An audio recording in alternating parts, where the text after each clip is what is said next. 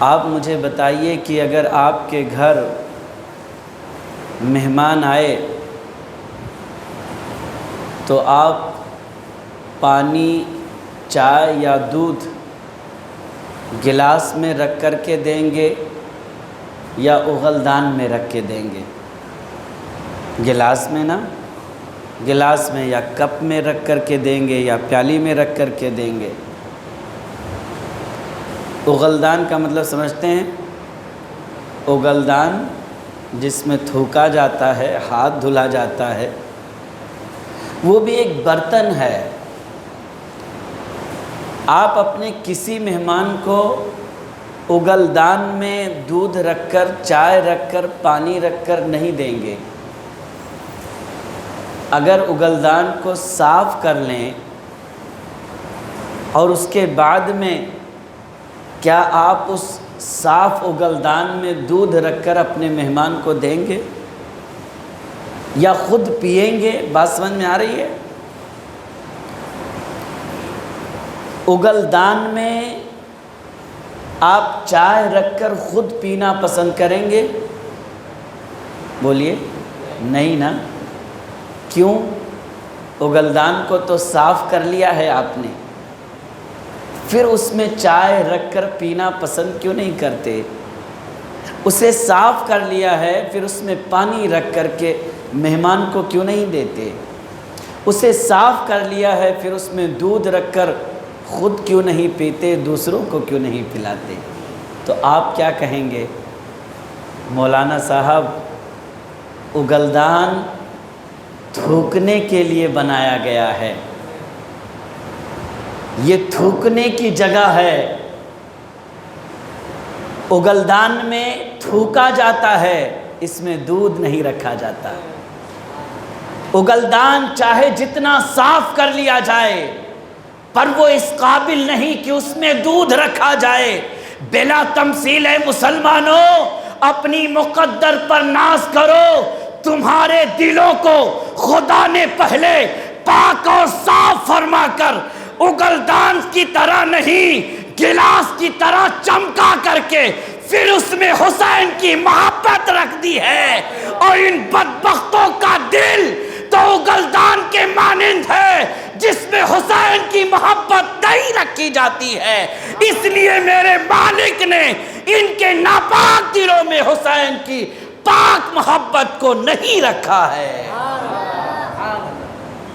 تو جب میرے مالک نے ان کے دل اپنے محبوب حسین کی محبت کے لیے چنا ہی نہیں، تو یہ میرے آقا حسین سے محبت کیسے کر سکتے ہیں؟ آپ حسین رضی اللہ تعالیٰ عنہ کے ذکر کی محفل میں بیٹھے ہو، اتنی خاموشی کے ساتھ سنو گے مزہ نہیں آئے گا۔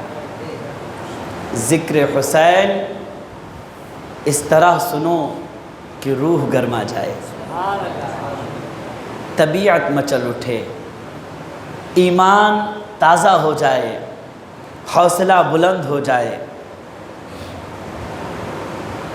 عزم و استقلال میں استحکام پیدا ہو جائے، اور دل حسین پاک کی محبت میں سرشار ہو جائے، لب پہ پیارے آقا حسین کا ذکر جاری ہو جائے۔ بلکہ میں تو کہتا ہوں، اے پیارے آقا حسین کے دیوانوں، ذکر حسین سنو تو اس طرح کہ دل میں حسین کی محبت بسی ہوئی ہو، زبان پر ذکر حسین ہو، بلکہ جسم کا ایک ایک روگٹا حسین پاک کی محبت میں زبان حال سے کہہ رہا ہو، افضل ہے کل جہاں سے گھرانہ حسین کا، نبیوں کا تاجدار ہے نانا حسین کا، ایک پل کی تھی بس حکومت یزید کی، صدیاں حسین کی ہیں زمانہ حسین کا۔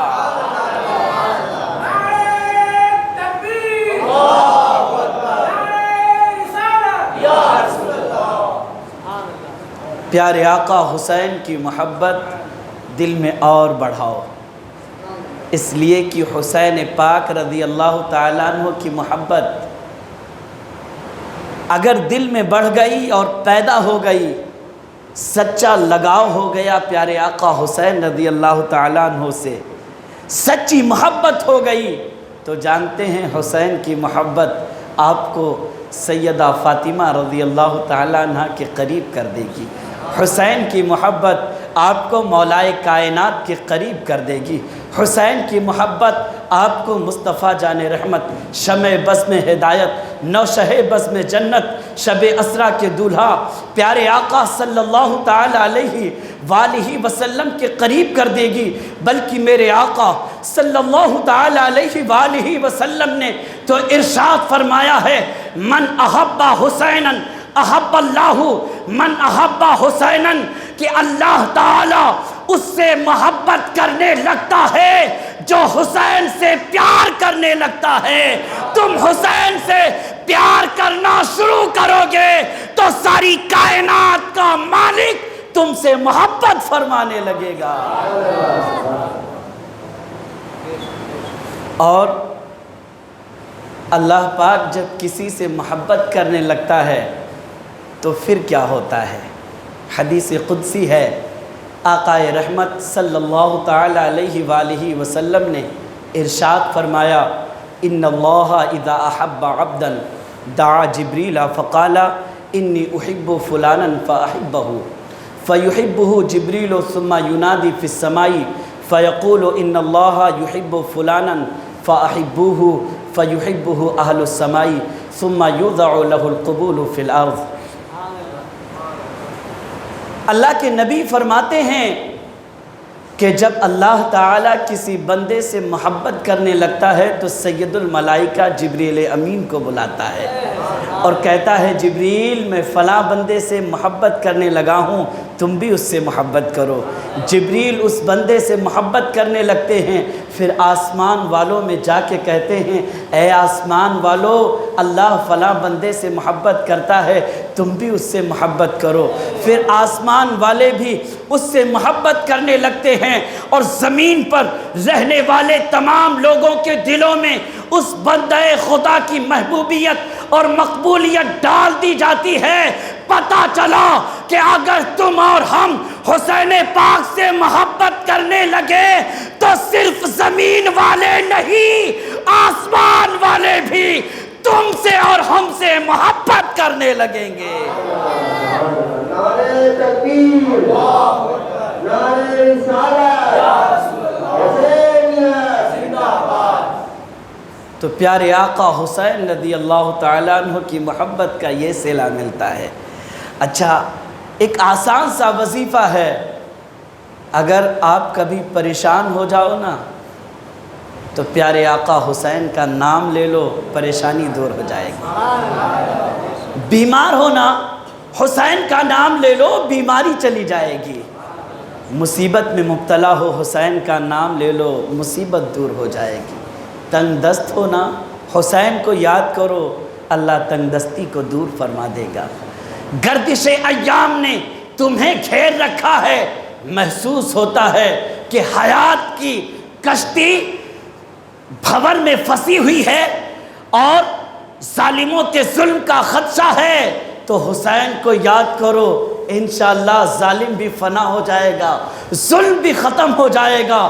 پیارے آقا کی حسین، پیارے آقا حسین کی محبت اگر دل میں بس گئی اور اٹھتے بیٹھتے جاگتے سوتے ہمیشہ ہر حال میں تم نے ہم نے پیارے آقا حسین کو یاد کرنا شروع کر دیا، ان کا نام لینا شروع کر دیا، تو ان کے نام پاک کی برکتیں اتنی حاصل ہوں گی کہ خدا کی قسم میں نہیں، ایک دن تم خود اپنی زبان سے یہ کہنے پر مجبور ہو جاؤ گے کہ یا حسین، تمہارا نام لینے سے میرا بھی نام ہوتا ہے، تمہارے نام کے صدقے میرا ہر کام ہوتا ہے۔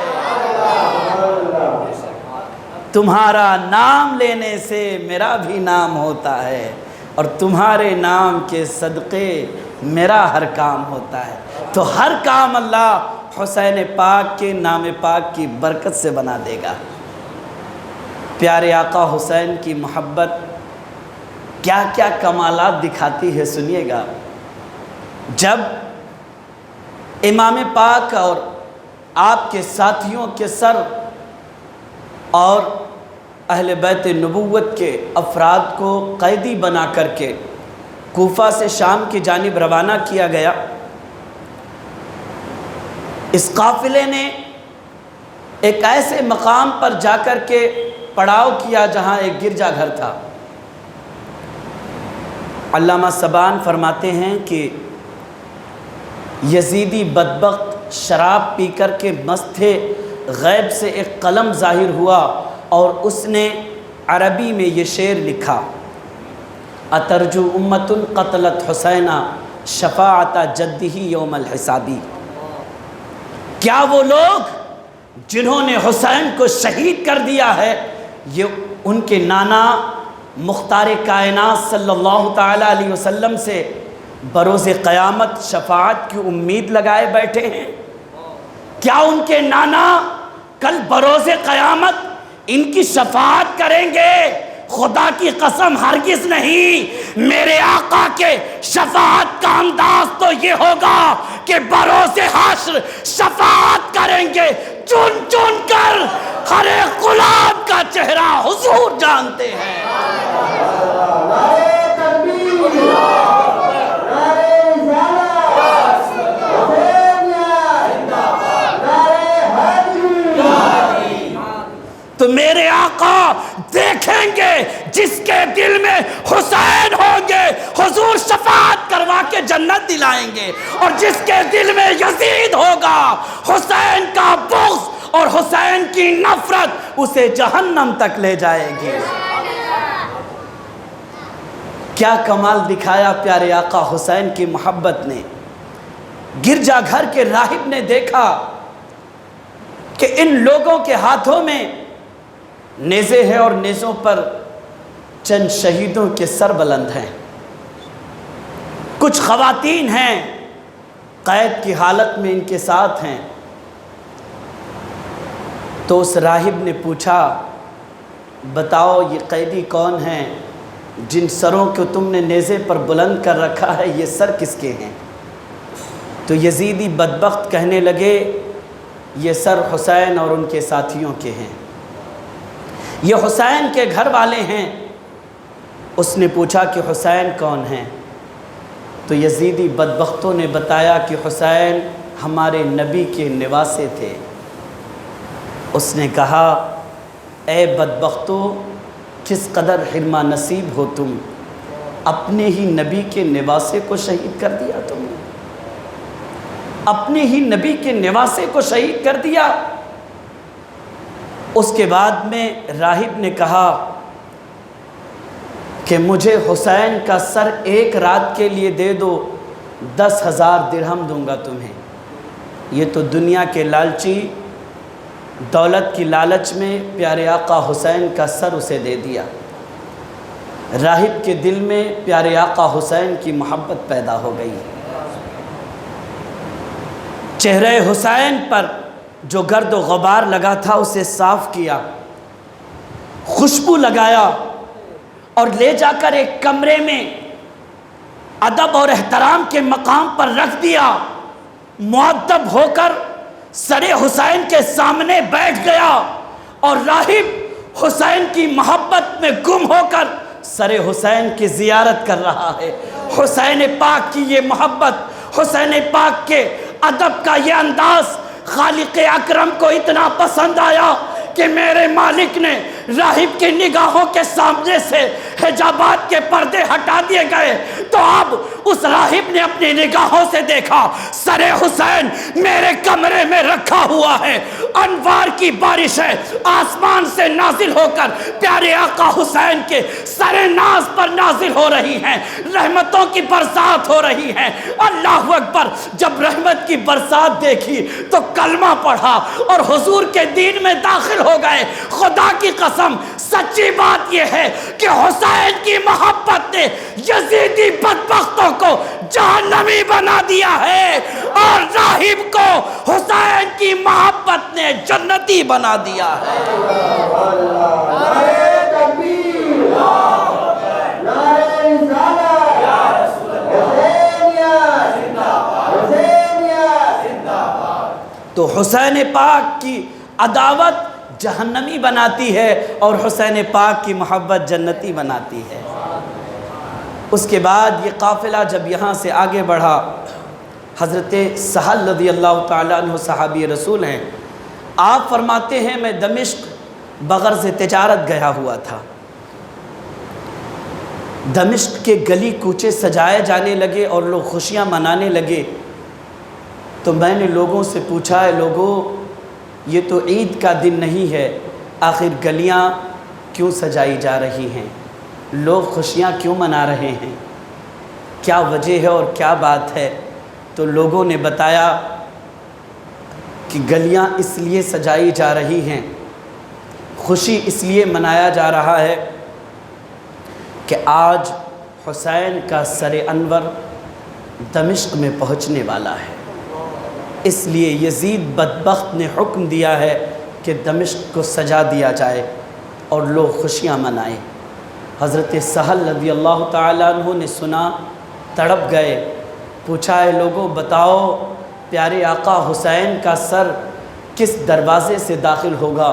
لوگوں نے کہا باب الساعہ سے داخل ہوگا۔ آپ فرماتے ہیں میں دوڑتا بھاگتا ہوا باب الساعہ پر پہنچا، کیا دیکھتا ہوں کہ ایک سر نیزے پر بلند ہے، وہ سر اتنا خوبصورت، اتنا چمکدار اور اتنا بہترین ہے، ایسا لگتا تھا کہ یہ سر کسی اور کا نہیں، پیارے آقا صلی اللہ تعالیٰ علیہ وسلم کا رخ والضحا ہو۔ یہ سر جو نیزے پر بلند ہے مصطفیٰ کریم صلی اللہ تعالیٰ علیہ وسلم کے چہرے والضحا سے ملتا جلتا ہے۔ آپ نے اس سر انور کو دیکھا، دل بھر آیا، آنکھ نمناک ہو گئی، رونے لگے۔ حضرت سیدہ سکینہ نے دیکھا یہاں سب خوشی منا رہے ہیں مگر ایک آدمی یہاں کھڑا ہو کر کے رو رہا ہے۔ سیدہ سکینہ نے پوچھا بتاؤ آپ ہم پر آنسو کیوں بہا رہے ہو، آپ کا نام کیا ہے، آپ کون ہیں؟ تو آپ نے کہا اے شہزادی آپ بتائیے کہ آپ کون ہیں؟ تو آپ نے کہا کہ میں سکینہ بنت حسین ہوں۔ تو آپ نے عرض کیا کہ میں آپ کے نانا کا صحابی سہل ہوں، مجھ سے کوئی خدمت لینی ہو تو حکم فرمائیے، میں آپ کی خدمت انجام دینے کے لیے حاضر ہوں۔ حضرت سیدہ سکینہ رضی اللہ تعالیٰ عنہ شہزادی حسین نے اس وقت کیا فرمایا تھا؟ اے مسلمانوں سنو اور اپنے ایمان کو مضبوط کرو، اپنی بیٹیوں کو یہ سبق سکھاؤ۔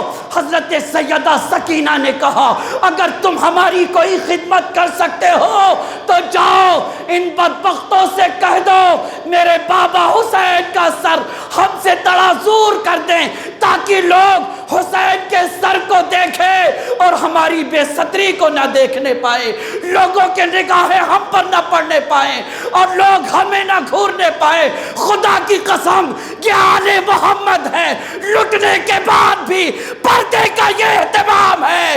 اے لوگوں نبی پاک کے شہزادے حسین کی بیٹی سیدہ سکینہ نے پردہ کر کے بتا دیا ہے کہ مصطفیٰ کے امت کی ہر خاتون پر لازم ہے کہ ہر حال میں پردہ کرتے رہیں، وہ پردہ کریں گی تو اللہ ان پر رحمتوں کی بارش نازل فرما دے گا۔ اس کے بعد حضرت سہل رضی اللہ تعالیٰ عنہ نے 400 درہم دے کر کے امام حسین رضی اللہ تعالیٰ عنہ کا سر انور ذرا آگے کروا دیا، اور یہ قافلہ جب یزید کے پاس پہنچا تو یزید بدبخت کے سامنے امام حسین رضی اللہ تعالیٰ عنہ کا سر انور رکھا گیا۔ یہ شقی ازلی اس نے بھی پیارے آقا حسین رضی اللہ تعالیٰ عنہ کے لبھائے مقدسہ کے ساتھ بدتمیزی کی، گستاخیاں کی، اور جب اس کو محسوس ہوا کہ میرے ان کرتوتوں کی وجہ سے امت مسلمہ میری مخالفت پر آمادہ ہو جائے گی اور لوگ میری حکومت کا تختہ پلٹ دیں گے، تو اس بدبخت نے حضرت امام زین العابدین کو بلا کر کے کہا کہ آپ کے والد حسین اگر میرے پاس آ جاتے تو میں ہرگز انہیں شہید نہ کرواتا، بلکہ جس طرح میرے والد امیر معاویہ نے آپ کے چچا سرکار امام حسن رضی اللہ تعالیٰ عنہ سے اپنا معاملہ طے کر لیا تھا، ایسے میں بھی اپنا معاملہ حسین کے ساتھ طے کر لیتا۔ عبید اللہ ابن زیاد نے ظلم کیا اور یہ اس کی شرارت ہے، اس نے آپ کے والد حسین کو شہید کر دیا، میں نے حسین کے شہید کرنے کا حکم نہیں دیا تھا۔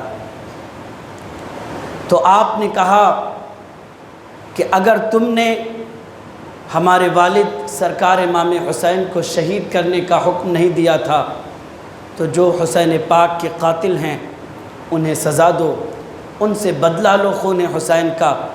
تو اس نے کہا کہ حسین کا قاتل کون ہے؟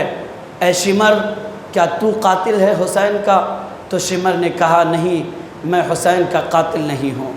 خولی سے کہا تو خولی نے انکار کیا، کہا میں حسین کا قاتل نہیں ہوں۔ کئی ایک لوگوں کا نام لیا گیا، سب نے انکار کر دیا اور کہا میں حسین کا قاتل نہیں ہوں۔ ایک سے پوچھا گیا کہ کیا تم نے، سنان سے پوچھا گیا کہ کیا تم نے حسین کا قتل کیا ہے؟ تو اس نے کہا کہ حسین کو میں کیوں قتل کروں گا، حسین کو اس نے قتل کیا ہے جسے اپنی حکومت کا خدشہ تھا، جسے اپنی حکومت کا ڈر تھا، اس نے حسین کو شہید کروایا ہے۔ یہ سن کر کے یزید لاجواب ہو گیا اور اس نے کہا کہ اے زین العابدین، یہ آپ کی بات پوری نہیں کی جا سکتی ہے، اس لیے کہ پتہ ہی نہیں چل رہا ہے کہ حسین کو قتل کس نے کیا ہے، حسین کو شہید کس نے کیا ہے۔ آپ نے کہا کہ پھر جمعہ کے دن جمعہ کی نماز میں مجھے خطبہ دینے کی اجازت دی جائے۔ سرکار امام زین العابدین رضی اللہ تعالیٰ عنہ کو جمعہ کی نماز میں خطبہ دینے کی اجازت ملی۔ آپ نے جمعہ کے دن خطبہ دیا تو ارشاد فرمایا، اے لوگو بتاؤ تمہارے نبی سے قرابت سب سے زیادہ قرابت دار کون ہیں اور سب سے قریبی رشتہ کس کا ہے، ہمارا یا یزید کا؟ اے لوگوں بتاؤ تمہارے نبی کے نواسے حسین ہیں یا یزید تمہارے نبی کا نواسہ ہے؟ اے لوگوں بتاؤ حکومت کے حقدار سب سے زیادہ یزید حکومت کا حقدار ہے یا ہم اہل بیت نبوت حکومت کے حقدار ہیں؟ یزید نے جب اس خطبے کو سنا تو اس نے سوچا کہ اس طرح تو لوگ میرے خلاف بھڑک اٹھیں گے اور لوگوں کے ہاتھ میری گریبانوں تک پہنچ جائیں گے، اس لیے اس نے فوراً مؤذن کو اشارہ کیا کہ اذان کہہ دے۔ آپ کے خطبے کے درمیان مؤذن کھڑا ہو کر کے اذان کہنے لگا۔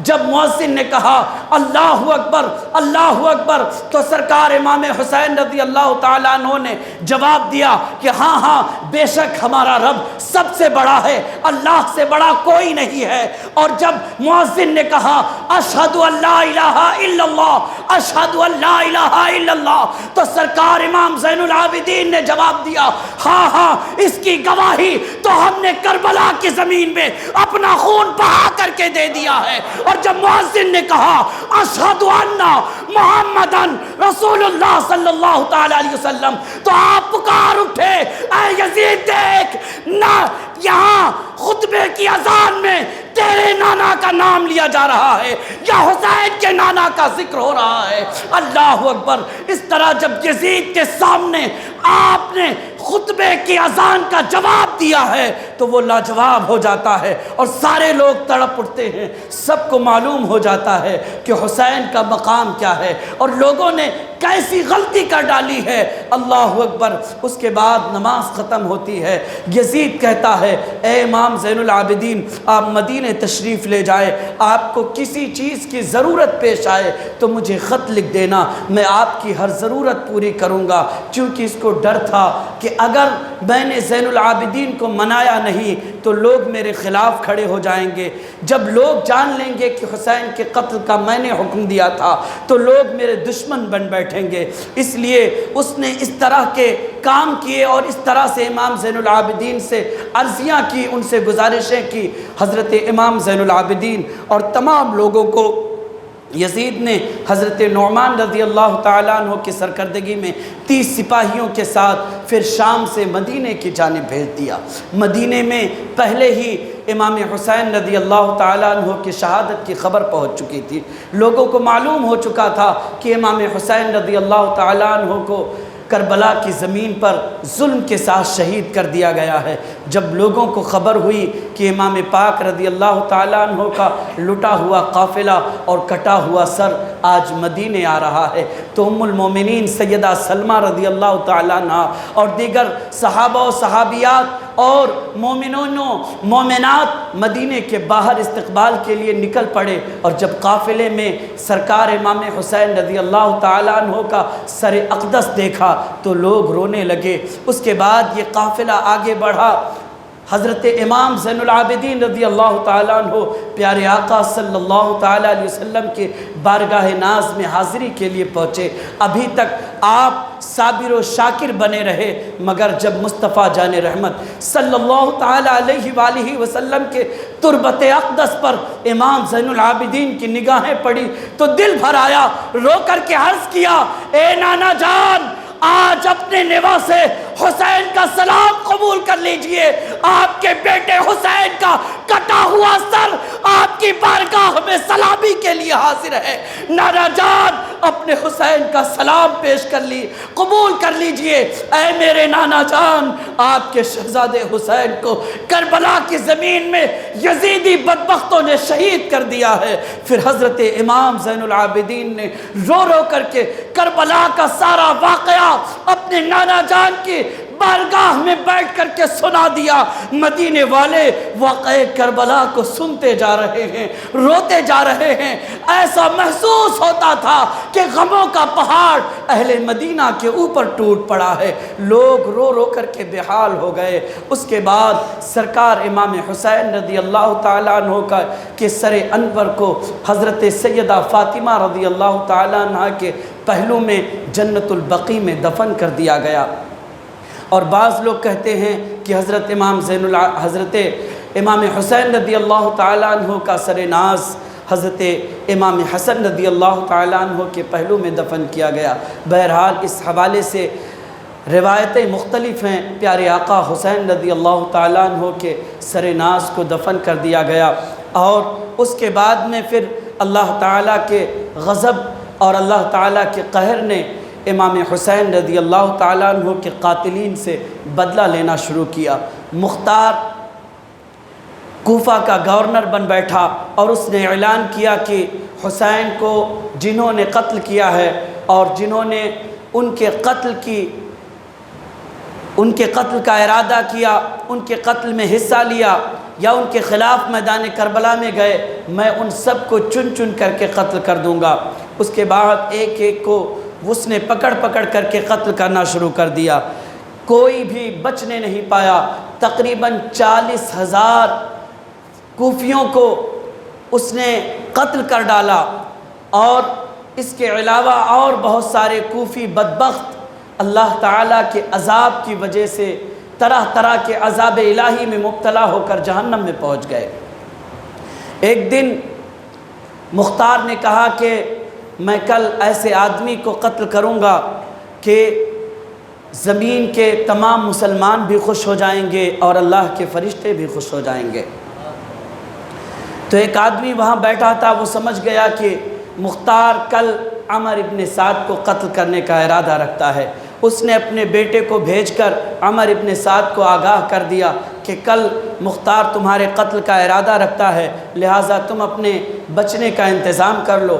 عمر ابن سعد کے پاس جب اس کا بیٹا یہ پیغام لے کر کے گیا تو اس نے کہا کہ مختار مجھے قتل نہیں کرے گا، اس لیے کہ میرے اس کے ساتھ دوستانہ تعلق ہیں، تو وہ مجھے قتل ہرگز نہیں کر سکتا ہے۔ جب دوسرا دن ہوا تو مختار نے اپنے سپاہیوں کو بھیجا کہ جاؤ عمر ابن سعد کو بلا لاؤ۔ عمر ابن سعد خود نہ گیا اور اس نے اپنے بیٹے کو کہا کہ تم جاؤ مختار سے ملنے کے لیے۔ اس کا بیٹا ملنے کے لیے مختار کے پاس آیا تو مختار نے پوچھا کہ بتاؤ تمہارا باپ کہاں ہے، وہ کیوں نہیں آیا، تم کیوں آئے ہو؟ تو اس نے کہا کہ میرے والد اب گوشہ نشین ہو گئے ہیں، انہوں نے گوشہ نشینی اختیار کر لی ہے، تو مختار نے کہا کہ اس وقت تیرے باپ نے گوشہ نشینی کیوں نہیں اختیار کی جب نواس رسول کے خلاف جنگ کرنے کے لیے اسے حکم ملا تھا، اور آج رے کی حکومت کا وہ فرمانہ کہاں گیا؟ آج کیوں اس نے گوشہ نشینی اختیار کر لی ہے؟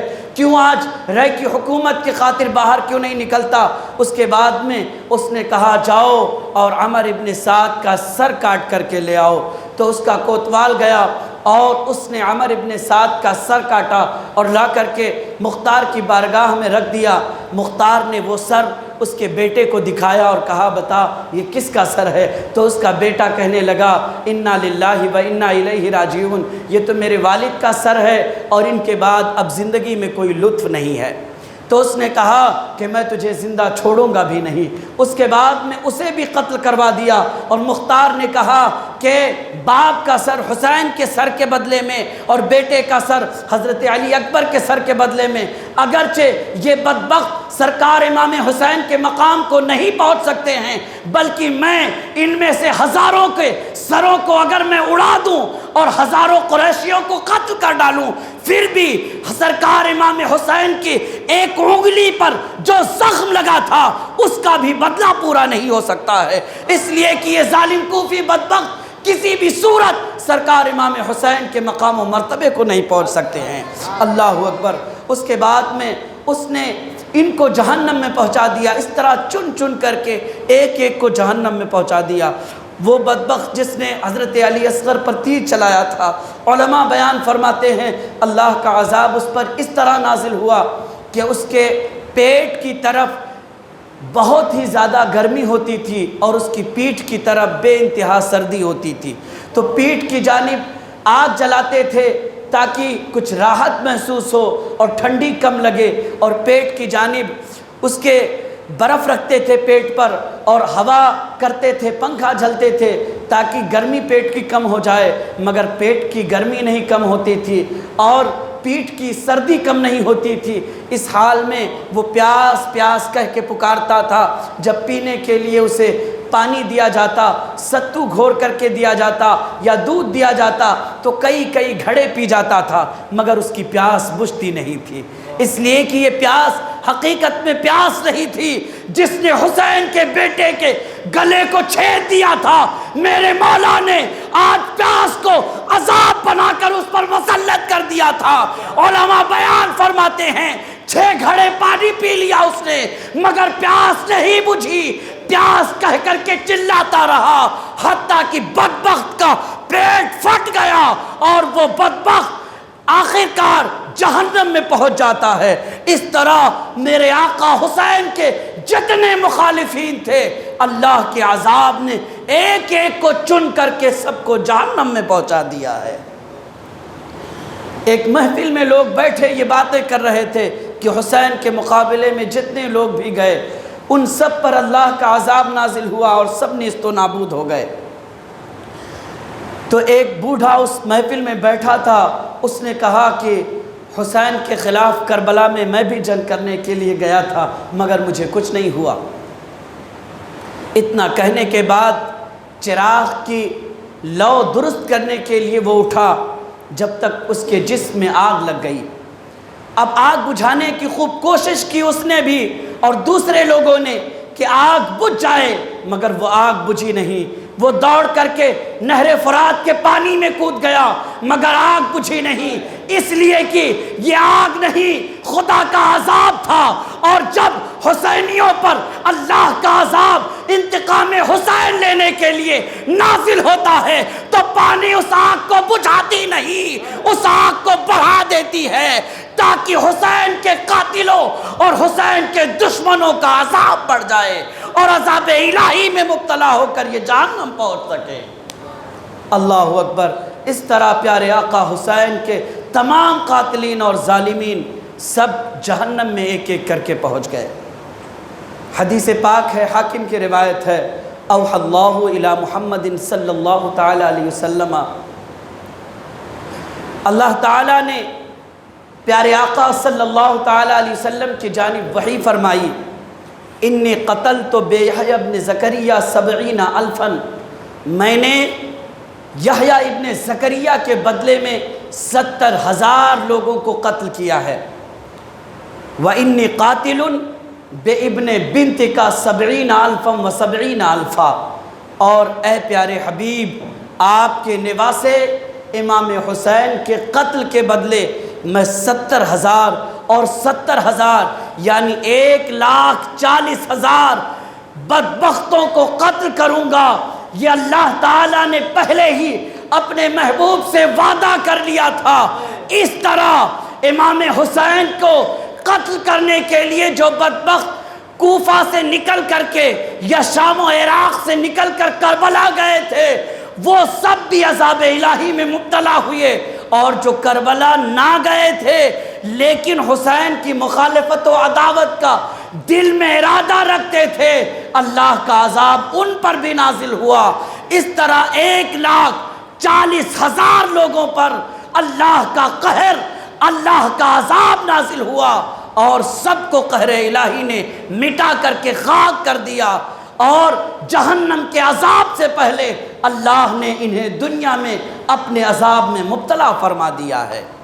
اس طرح سرکار امام حسین کے خون اقدس کا بدلہ لیا اللہ تعالیٰ نے، اور مختار جب ایک ایک کو پکڑ کر کے قتل کر رہا تھا تو مختار کے سپاہیوں سے بچنے کے لیے ایک آدمی بھاگ کر کے مدینہ چلا گیا، اور سرکار امام زین العابدین رضی اللہ تعالیٰ عنہ کے گھر گیا، اور اس نے کہا کہ اے امام، سپاہی میرے پیچھے پڑے ہیں، مجھے پناہ دے دیجئے، مجھے اپنے گھر میں چھپا لیجئے۔ سرکار امام زین العابدین رضی اللہ تعالیٰ عنہ نے اپنے گھر میں رہنے کی اسے اجازت دے دی۔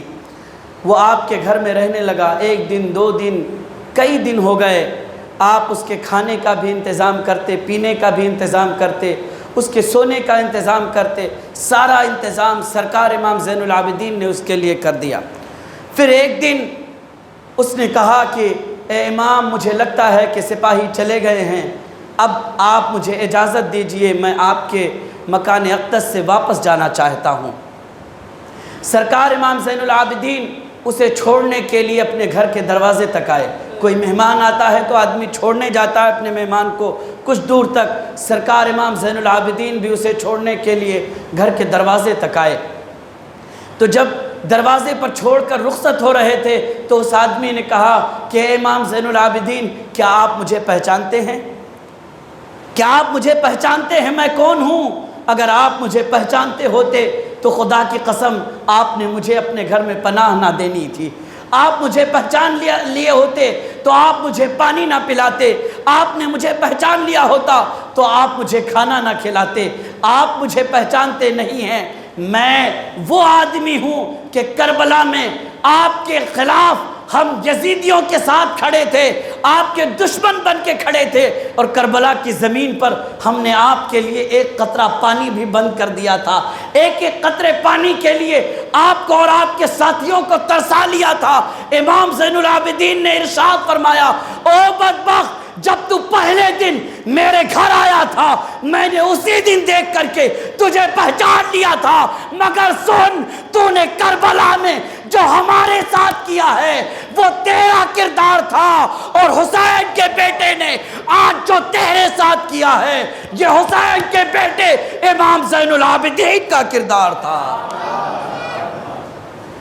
کہ ہم اپنے دشمنوں کے ساتھ ایسا سلوک کرتے ہیں کہ دشمن بھی اگر پناہ مانگنے کے لیے آئے تو اسے پناہ دے دیا کرتے ہیں۔ بھوکے رہتے تھے، خود اوروں کو کھلا دیتے تھے۔ کیسے صابر تھے محمد کے گھرانے والے۔ دور حیات آئے گا، قاتل قضا کے بعد ہے ابتدا ہماری، تیری انتہا کے بعد قتل حسین اصل میں مرگ یزید ہے۔ اسلام زندہ ہوتا ہے ہر کربلا کے بعد۔ اللہ تعالیٰ ان چند جملوں کو اپنی پاک بارگاہ میں قبول و مقبول فرمائے۔ استغفر اللہ ربی من کل ذنب و اتوب الیہ وما علینا الا البلاغ۔ السلام علیکم ورحمۃ اللہ تعالیٰ وبرکاتہ۔